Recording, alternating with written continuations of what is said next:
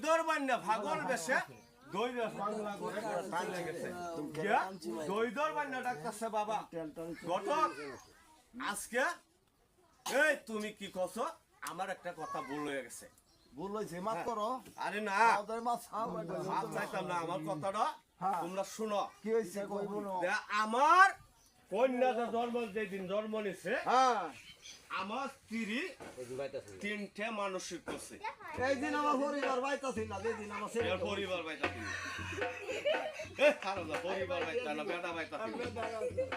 হ্যাঁ এই কথা শুনিয়া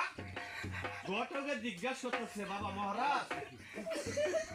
এই কি কথাটি কইতে এই কথা শুনিয়া আবার জিজ্ঞাসা করতেছে বাবা রে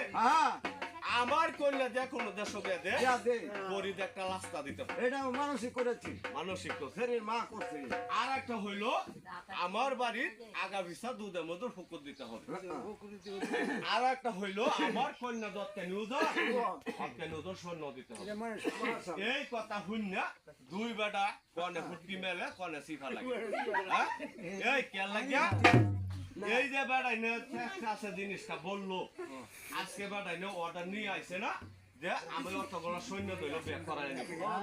মাই কোনো প্রস্তাব দেওয়া দিচ্ছে না এই কথা শুনিয়া আজকে এই যে ঘটনাটা আলাপটা করতেছে খেলা শুনতেছে